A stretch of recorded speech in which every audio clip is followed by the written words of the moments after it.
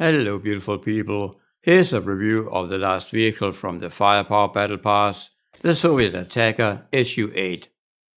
Hope you enjoy.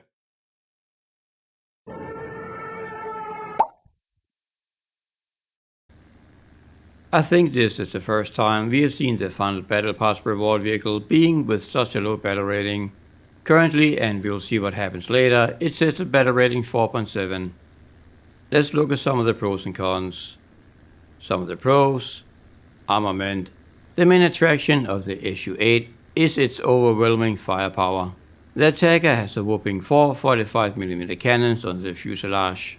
Further apart in the outer wings, we have a total of 8 light machine guns. Defensively, the Su-8 is also quite heavily armed with two 12.7mm heavy machine guns in two positions. Secondary weapons.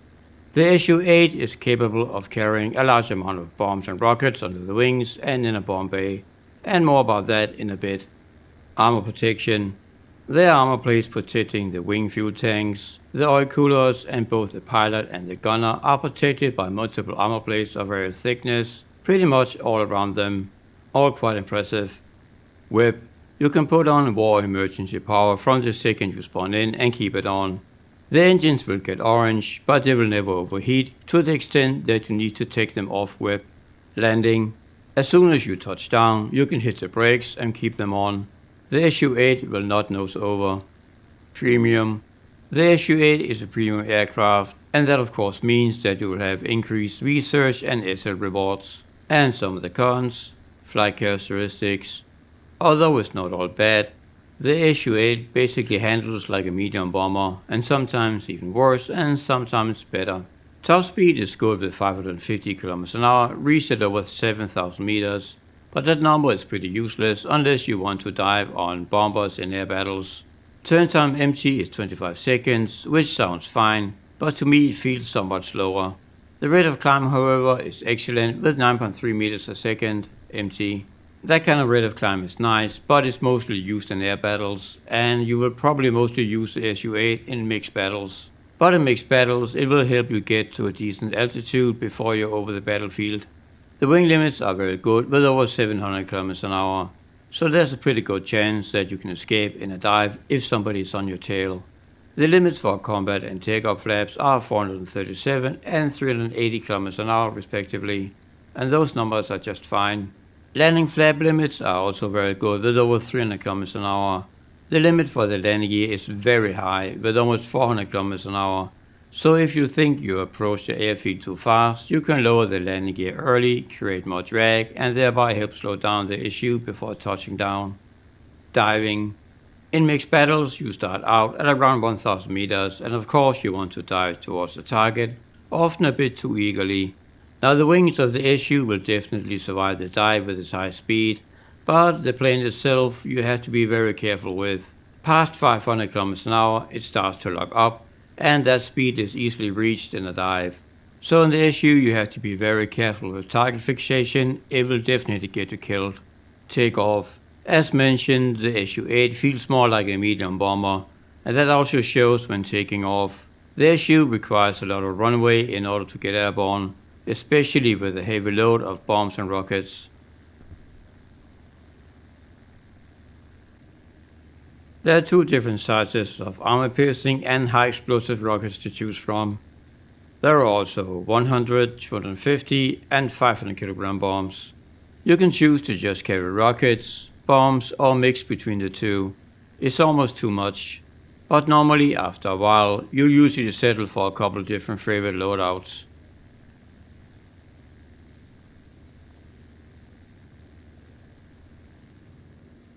Defensively, we have two positions manned by a single gunner. The first is the dorsal turret. The armament consists of the very effective 12.7mm Berezin UB heavy machine gun. The rate of fire is excellent with over 1000 rounds per minute. The gun has 200 rounds of ammo, which sounds not like a lot, but again only a few hits is needed to bring down a plane. The heavy machine gun can use 3 different kinds of belts, but you really only want to use the universal belt. That belt is full of bullets to pierce armor with and set stuff on fire, and we all love to do that. The guidances for the gun are plus minus 120 degrees. so the turret cannot rotate fully, but is still very good. Vertical guidances are just fine with plus 60 and minus 0 degrees. The second position is ventral. Also here we find a heavy machine gun. The guidances for this position is not nearly as good as the dorsal position, but they really never are. Horizontal guidances are plus minus 30 degrees and vertically it's minus 30 and 0 degrees. It's not good, but not terrible either. In the other wings, we find 4 light machine guns in each wing with a total ammo pool of 4,800 rounds. There are 4 builds to choose from: Default, Universal, Tracer and Stealth. I would just go with the Tracer build, since it only contains the bullets we are interested in, namely to pierce armor and set stuff on fire with. The Universal build is also okay, but it has an incendiary bullet only, and I think it's just a build space wasted. A negative aspect of the placement of the guns are that they're sitting so far out on the wings that gun convergence will be important. If you have not set the convergence correctly, you will not hit the targets at all.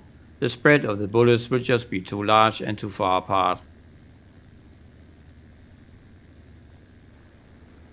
Last but definitely not least, we have the main attraction, the cluster of 4 45mm cannons.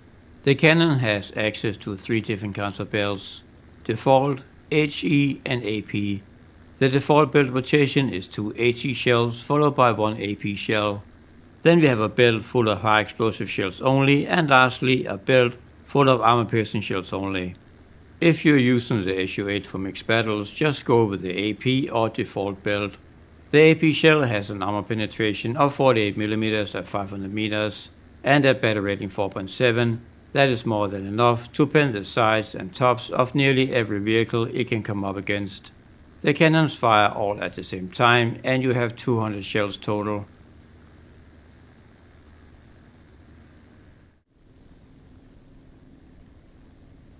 In a mixed battle, the Su-8 can join a very strong Soviet lineup with the T-34-57, KV-85, ISU-152 and so on. They all have the same battle rating of 4.7. You can probably get the most out of the Su-8 by attacking perpendicular to the battlefield if possible. That way you get most out of your attack runs and you are able to, with some luck, attack multiple vehicles on the same run. Never start turning over the battlefield. You have a large turning radius and are pretty large. Around this battle rating we find super effective German, British and American anti-aircraft vehicles, and if you start maneuvering and slowing down over the battlefield, you'll be dead very fast. Luckily, since the 45mm cannons are center mounted, we don't really have to worry about the gun convergence for them. But you do need to worry about the convergence when it comes to the light machine guns sitting far out on the wings. I suggest to set the gun convergence to a minimum of 600 meters. That way you will have time to get 2 or 3 shots off with the 45mm cannons, and the light machine guns can maybe kill some exposed crew members in the process.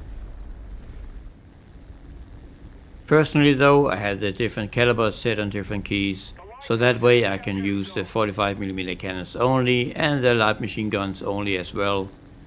If you only fire the cannon in one burst at a time, the 45mm cannons are very precise.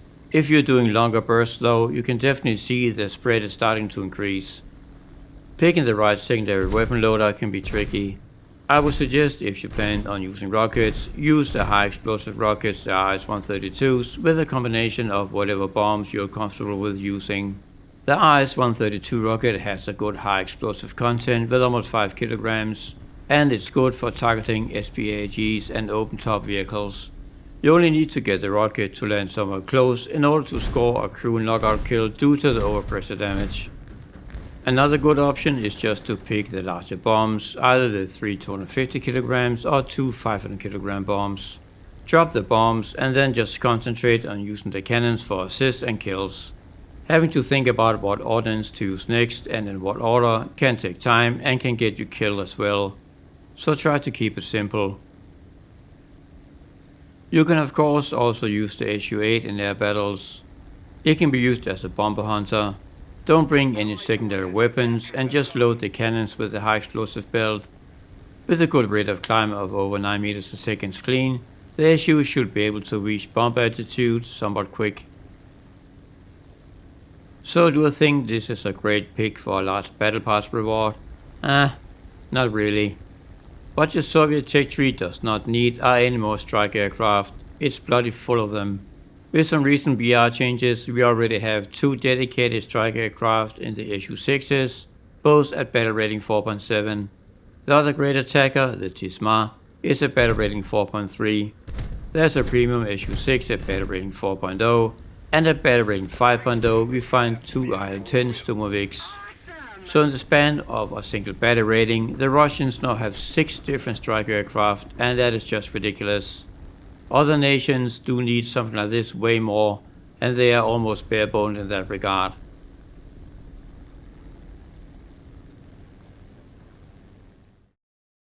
If you like the video and the content on the channel in general, do me a favor and like, subscribe and comment. You can also go the extra mile like Grouchy Old Man and support the channel in a more direct way. I've opened a shop on spreadshop.com where merchandise with the channel logo is available. More designs will follow soon. Thank you for watching, and until next time, remember to deploy your die brakes. Have a good one.